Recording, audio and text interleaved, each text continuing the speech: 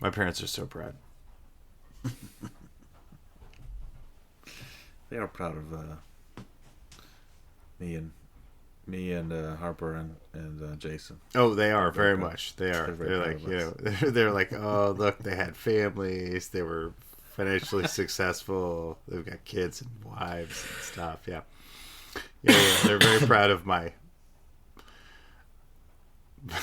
You keep good company. That's all they're hanging on to. Like, oh wow, at least she's got good friends. Yeah. He can't go too far. He's got the podcast.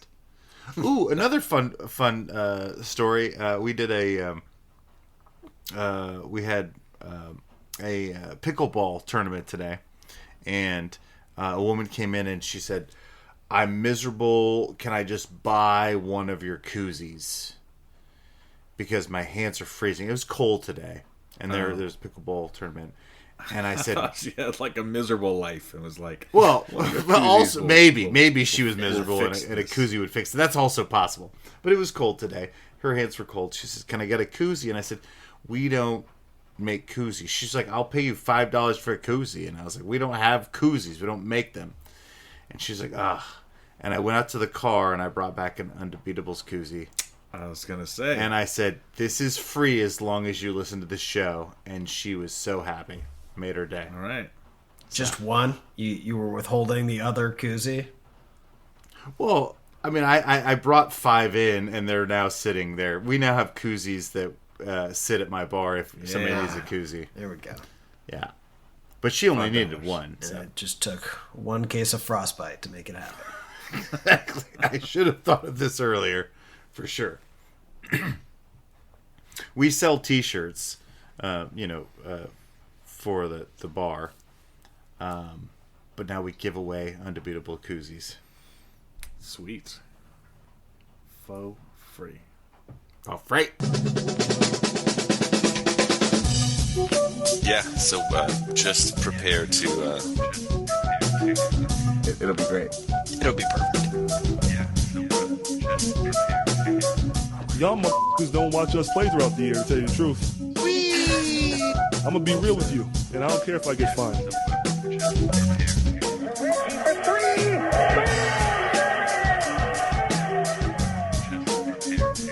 That must be Jeremiah. Put some shoes on. That train is off the tracks. Who doesn't love the bouncy castle? Hitler. Just prepare to... just prepare to be awash in undebeatable goodness.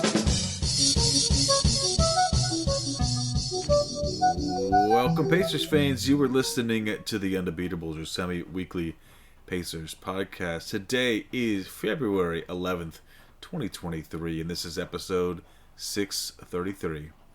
Coming to you from Indianapolis, Indiana. I'm your host, Joey Gaffrida, the man behind the dials. This show, we're going to talk about an 0-3 week of Pacers basketball with games against Miami, Phoenix, and Washington. Joining me this show are 2 of our 3 analysts, still coast to coast, like buttered toast. First, from Asheville, North Carolina, he's our in-house bartender, mixing up the drinks and the crappy jingles, John Colson. What's up, Pacer Nation? What is up, Undebeatables? I'm going to do... can I do an Andy shout-out and a shout-out at the same time? I'm going to shout-out John Harper and any shout-out to COVID. He's dealing with this and still with us. So glad for you to be alive. Screw COVID. Glad you're here. You do know that if you do a shout-out and an anti-shout-out, they do cancel each other. That's out. correct. Yeah, Oh, that's just physics, man. I don't know what's happened then. I Nothing did nothing. Yeah. Nothing happened. Nothing happened. You can just cut this. It's fine. You did it. In effect, you already did. From Boise, Idaho, out west, it's our enforcer, John Harper. What is going on, fellas? I apologize in advance for any coughing. Shouting out the trade deadline, though. Kept me entertained while Yeah. in my It's a fever good dream. one. It was Yeah. a good one. I guess this is, even more than most, you might read the headlines and say, is this real? Am I awake? Am I in Truly. hell? I don't know. Well, we got a lot to talk about this show and next, but before we get into it, I want to remind you that you can listen. I'm sorry, you can support us. You can always listen. You can always listen. 24/7, 365 for free.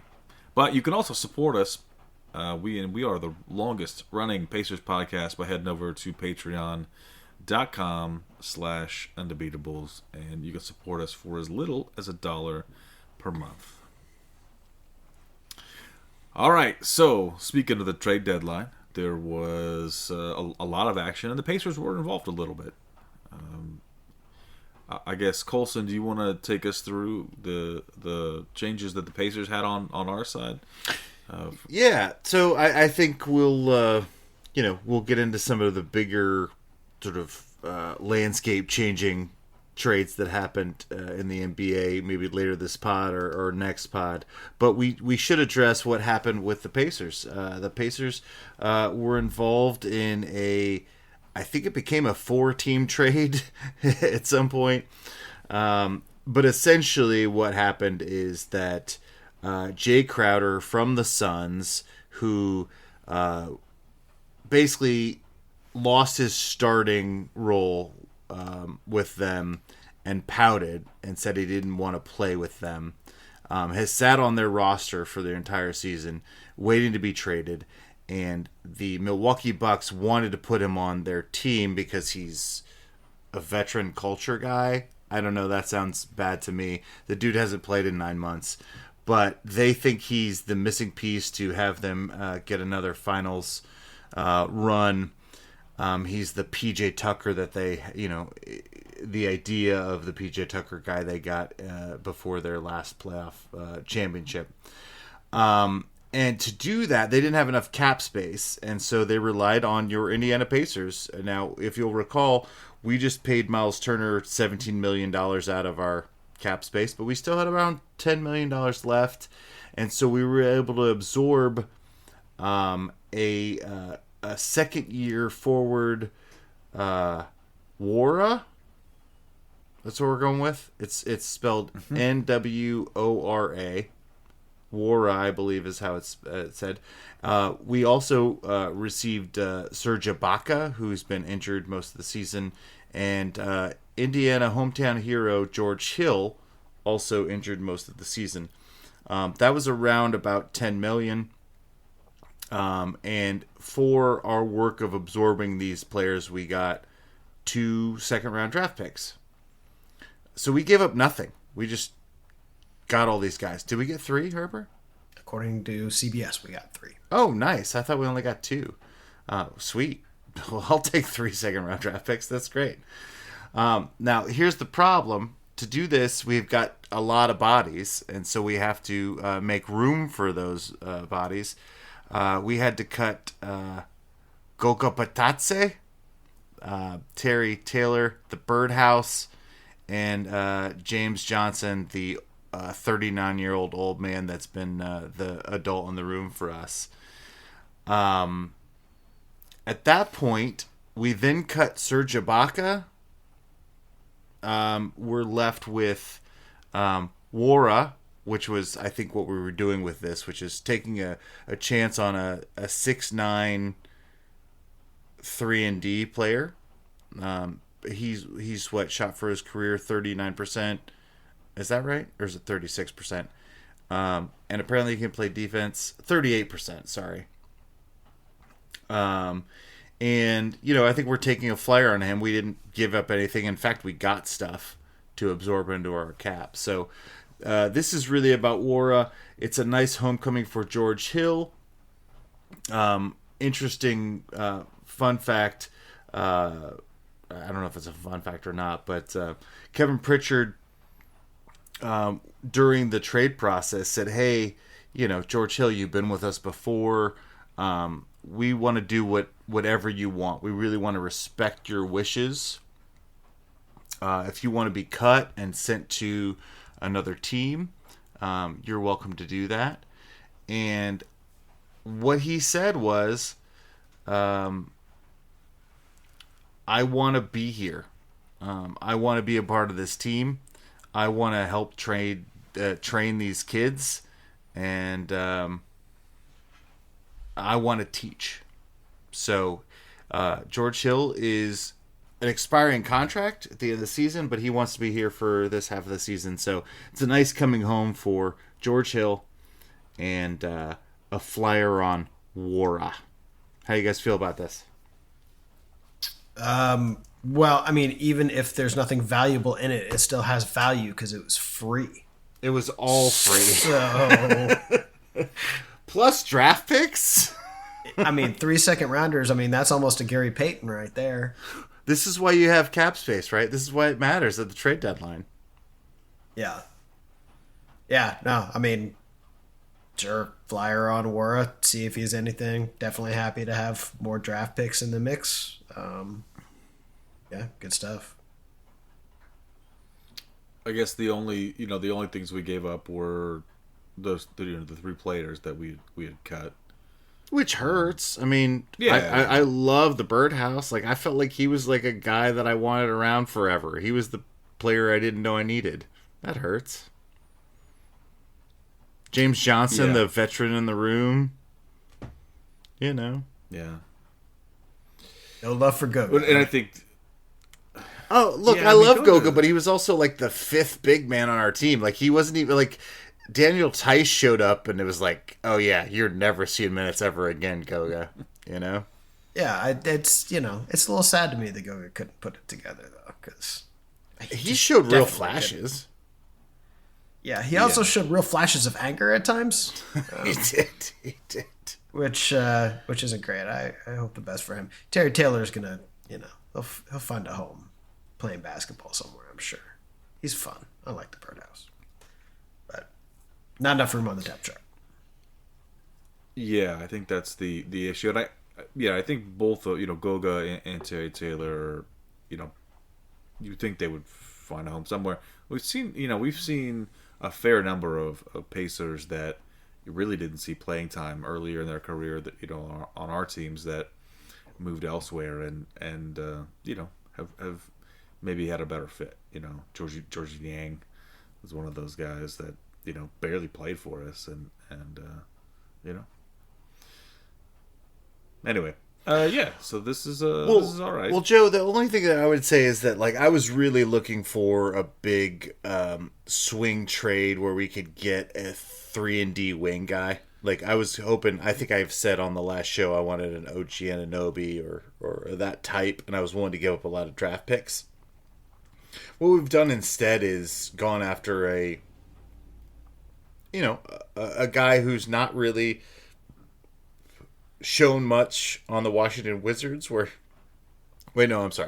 he's not really shown much on the Milwaukee Bucks, but that team is full of talented players and maybe he just hasn't had room to shine, and it was free. We didn't have to give up a lot of draft picks, and maybe this guy turns into a rotation piece. This is a very savvy move by the franchise and keeping intact our draft future, so if Kevin Pritchard is to be believed, we did take big swings. We made big offers on big name players. Yeah. But ultimately, what they wanted for those players, you can assume OG Anunoby, because not only did we make an offer, but the rest of the league did too. And what they wanted was irrational. We probably also took a crack at Obi Toppin and John Collins, but whatever they were asking for was a price higher than we were ultimately willing to pay. Yeah, no, there's word on the street that we definitely put an offer on OG that was... Oh, for sure we did. That was 3, maybe 4, 3 and like and a swap, for OG plus pieces. So the fact that wasn't good enough for OG, yeah, it's too rich for my blood, right? Yeah, you got to know when to walk away. Yeah. And know when to hold them and when to fold them. I think that's that's the main part of the trade that affected Yeah, the so Pacers. yay, right? It's good. Yeah, we get Georgie Porgy, pudding and pies, as Colson called him. He's back. So actually, today he moved up one spot on my top 25 players of all time. Just He hasn't. one? Well, I mean, he hasn't. I thought he would be firmly planted with both feet in the top 5. Well, no, I mean he hasn't played a minute, and he may not play a minute, but just coming back pushed him. He was previously between Granger and Young. He's now moved above Young because he came back. So we'll see. Joe Young. Screw you, buddy. Atlas, Thaddeus Young. Thaddeus Young. Okay, that makes more sense. Does it? Yeah. According to tonight's Pacers broadcast, he is set to debut next week. So will he move up 5 more spots? Maybe. So he's ahead of Granger and Thaddeus Young? Mm-hmm. Danny Granger. Mm-hmm. Okay, cool. Well, there's a checkbox for played on the Pacers in 2 non-consecutive seasons, and he just checked it off. So. Exactly. Yeah, that's 100%. Shame on Danny for not circling back. For not coming back. It's his fault. Yeah. Damn It it. really is. How dare he? Well, we did have 3 games of Pacers basketball this week. We did want to talk about before we did get into the other stuff. The first game, February 8th, versus the Miami Heat, and Pacers lose this one 116-111. Pacers shined a little in the middle of the game after digging, clawing their way out of a deficit, and then they lost it and never got it back. Standouts on this side though: Buddy Hield dropping 29, Miles Turner 21, and Tyrese Haliburton 11 points, 10 assists. He has so many assists. It's a beautiful thing. It's nice to have like a real point guard. I think. I don't know. Just my opinion. Is that a hot take? Are you throwing shade at some other player that's already been mentioned? Well, George Hill was our point guard for Was a he? long time. It was not a point guard. He's here to help Haliburton be better at point guard. Perfect. This should work out fantastically. He's like, what you gotta do is throw a little 2-guard in your game. Can't wait. Next level. Yep. Second game of the week, Friday, February 10th. Pacers take on the Phoenix Suns, and not a great one. Not a great one. Pacers really never had a chance at this one. Top performers, Tyrese Haliburton, 18 points, only 5 assists. And the left Andrew Nemhard's line, 1 rebound, 10 assists, 0 steals, 0 blocks, 0 points. He's a facilitator, my friend. He is a facilitator. And Buddy Hield with 14. Benedict Mathurin going nuts off the bench, though, so he got 22 points. He's catching fire. Yeah.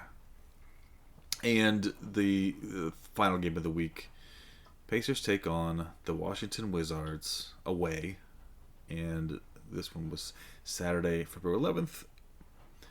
Pacers lose this one 127-113. This is another one of those games where you're watching, and I don't know, fourth quarter they're making a little run, and then Bradley Beal decided that it was not to be. He dropped 32 on us and was just bonkers from 3 and just kept hitting and he kept hitting. That was very kind of you to keep watching after we give up 80 in the first half. That was very, very generous of you. They shot it was 70% in the first half. 70%, not in the quarter, in the half. Oh, they were shooting 70% well into the third quarter. Yeah, I think late in the third, they was down to 69%. Yeah, like 69.8. Yeah. Turner and Haliburton were 20 points, but it turns out like not having a rebounding game doesn't matter if there's no rebounds. So Yeah. And they also managed to do that to us without Kyle Kuzma, so that's cool. He looked so fly on the bench, though. Oh, he was rocking it. It was a pink and yellow outfit with matching hat. It just was funny to me because he was in between the players, like on the bench, so it's like, guys in warm-ups, Kuzma. And then like a peep. Warm-ups. It was like a peep. So he looks like he's ready for Easter. Anyway, Pacers lose this one as well. So we're sliding. Wee. Harper, what do you think about this week of basketball?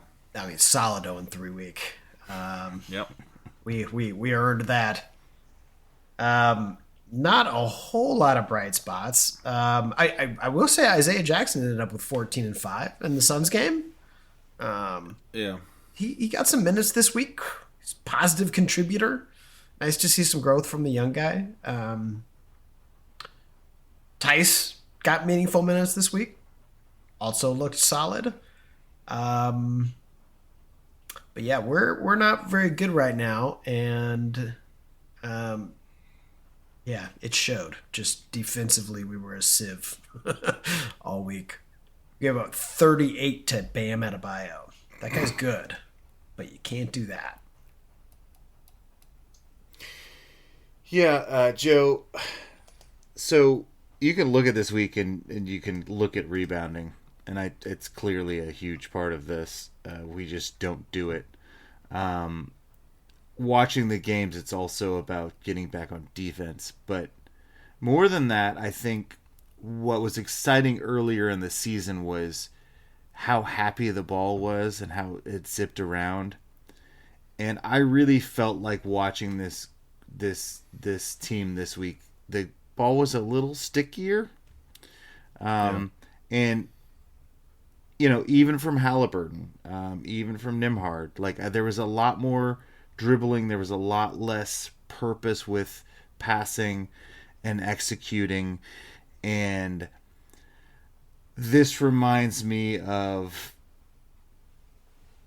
I don't know if this happens from just a sense of the moment, but this seemed like a team that's trying to tank.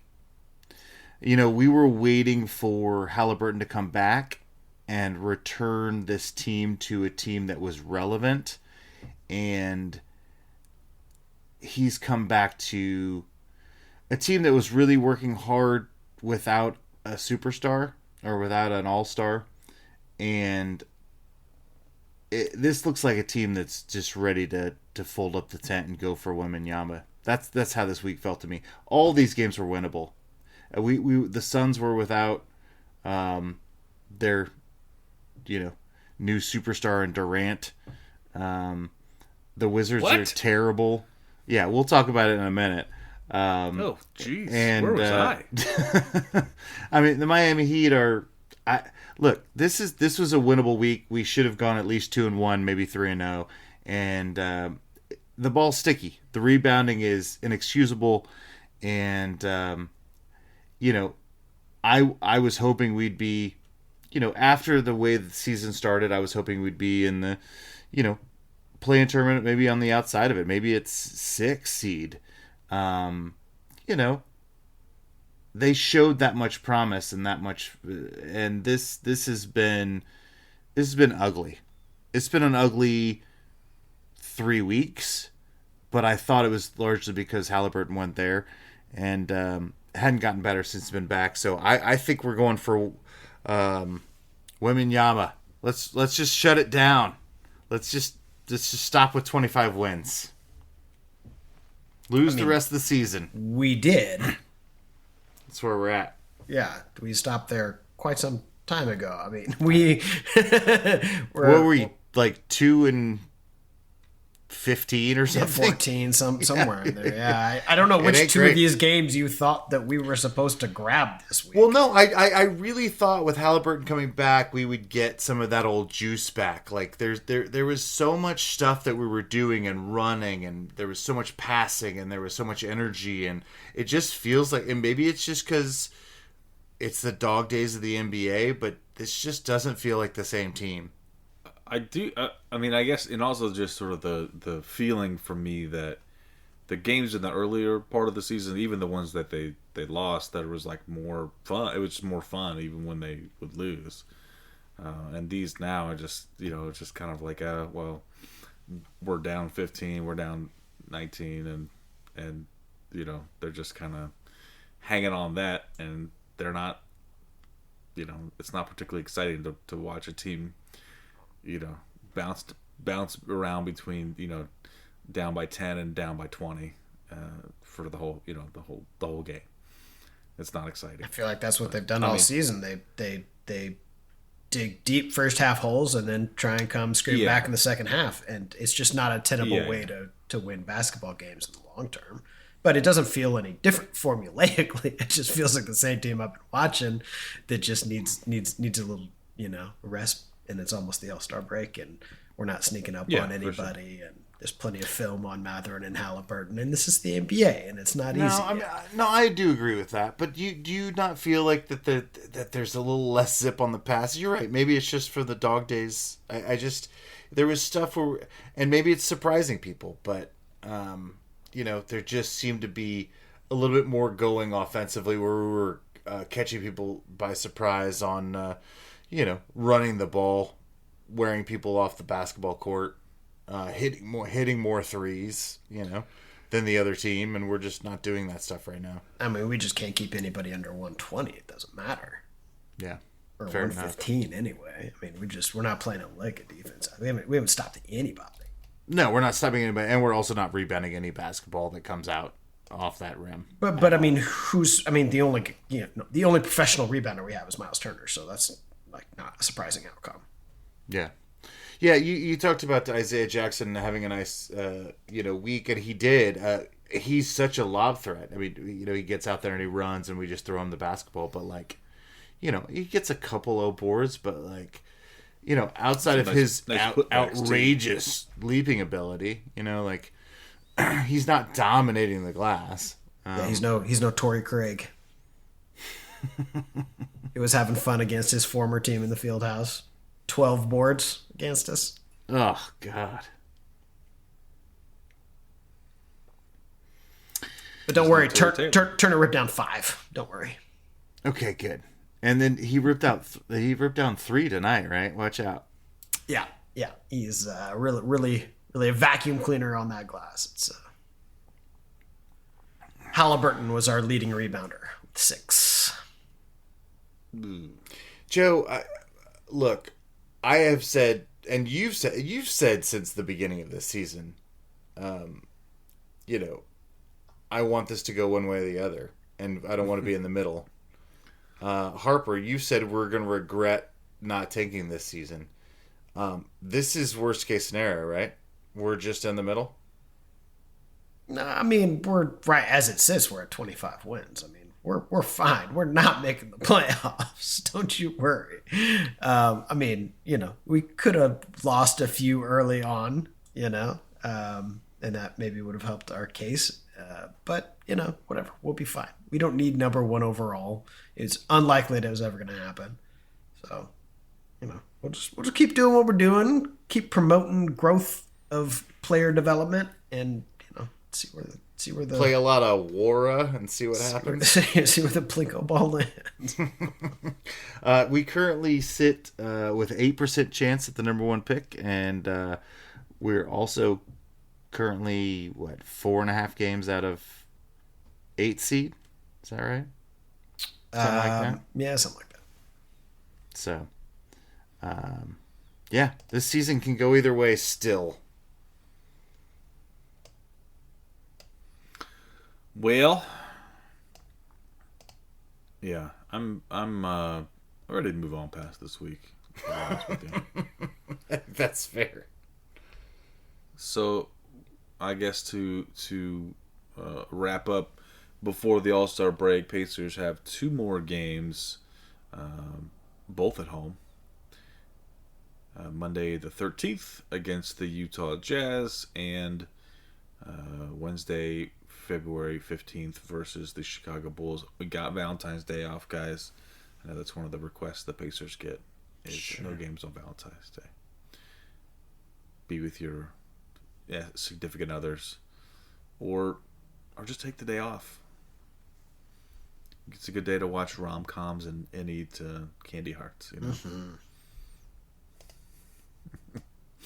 So then it's the All-Star break, and Pacers will get a full week off before they return to action on the 23rd. Rested and rejuvenated, I am sure. So it's a nice, if you're going to take a nice little vacation and, not put the wear and tear on you for a week or so. Or maybe head to your first All-Star weekend. Yeah, a lot of guys are doing that. Yeah. Probably as spectators, right? No, I mean, we got Mathra and Niemhart are going to the rookie. What do they do? Play-in tournament challenge. The play-in tournament. Yeah. No, it's like the Rising Stars. Haliburton is first-time All-Star, and looks like he's gonna play in the 3-point contest. And showing off Buddy that Hield. sweet stroke. Buddy Hield's gonna join him. So we got a bunch of representatives here from the Pacers, and it's not even in Indiana; it's in Utah. So it's very exciting. All right, Joe. Real briefly, did you realize that the entire NBA changed while you weren't looking? I'm sure that was it, right? So there was no other big changes. Like, I'm assuming the powers that be in Brooklyn are, it's all the way it was when I last. Well, yeah. Right? So I think last week we talked about how they traded Kyrie Irving, for Dory trade or jettisoned, dumped, exactly, shot into the cosmos. They also traded your favorite player of all time, Kevin Durant, to the Phoenix Suns. Yeah, the Durantula. Yeah, this was not something I did not expect that, and I was playing you like a fiddle, man. I actually knew that Durant got traded. Oh, got him. Whoa. Okay. Well, what are your thoughts on this then? If you do it. Well, I was a little bit surprised. I mean, I guess I didn't. I mean, I could, playing with Kyrie didn't seem fun for anybody. He hasn't been sticking around, and his teammates don't seem to be full of smiles. Good luck, Luka. Yeah. Yeah. But so you've got that. But I mean, with that. With Kyrie leaving, I thought, they'd already, sort of built this team who was performing all right, and then you have the distractions gone and some replacement parts in that, can be helpful. Like Spencer, Dinwiddie's a fine player, and I said, like, maybe take a crack at it that way. But I guess, I had read that he wanted a change in ownership. He didn't like the direction that the Nets were going in, and so they made the big push in Phoenix, and it was a place that he was interested in being in. So they made it happen. So it's just such a big shakeup. I don't feel bad about the whole situation, but from the Brooklyn side, but there's just a lot of changes. This is like just a wild trade deadline. There was like so many players moving around, sexy 4-team trades and things like that, the more teams available in the trade makes it sexier. Mm-hmm. Oh yeah, for sure. Yeah. there's not the I think society's more open about that kind of stuff these days. So the more the merrier. Well, that's probably the name of the pod. Harper, do you feel like the Suns are now the favorites to win the title? So their starting lineup. It's Chris Paul and Kevin Durant. Like, and I mean that in a bad way.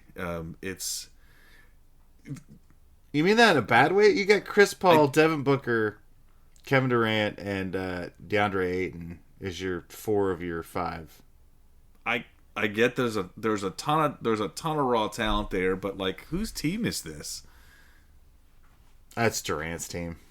That's Booker's team. I don't know. It'll be fine. You think Chris Paul's just gonna hand over the reins? And who's your like grizzled veteran leader? Who's your guy in the playoffs that's been there, done that? Durant's won titles, so it's probably Durant. He won 2 titles with this Warriors, and he was the best player. I think he had some help there. And I'm not saying that the Golden State Warriors weren't one of the greatest teams ever assembled, but he was their best player for 2 years. Yeah, he made them the greatest team ever assembled. I love Steph Curry, and he's in a top any list you make of any list, but Durant was the best player. Not of rebounders. Not of rebounders. Okay, fair enough. And strong ankles? Is he on that list? He's not on the strong ankle list. I mean, there's no question that he improves their odds. I mean, they went from 30-1 to 10-1 odds. Unfortunately, for the Suns, they were not the only team that made moves at the deadline. So they still very much have their work cut out for them in a wide open West. But it's going to be interesting to see how quickly they can get the show together. They've got a lot of scoring. Do they have enough defense? Remains to be seen. The Brooklyn Nets are now stuck in complete no man's land because they had won 19 out of 20 of Durant's last healthy games or something. I think they were like 19-2.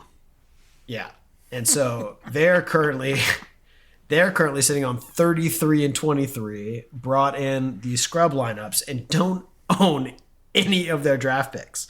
They have 5 picks or swaps that Houston owns over the next 7 years.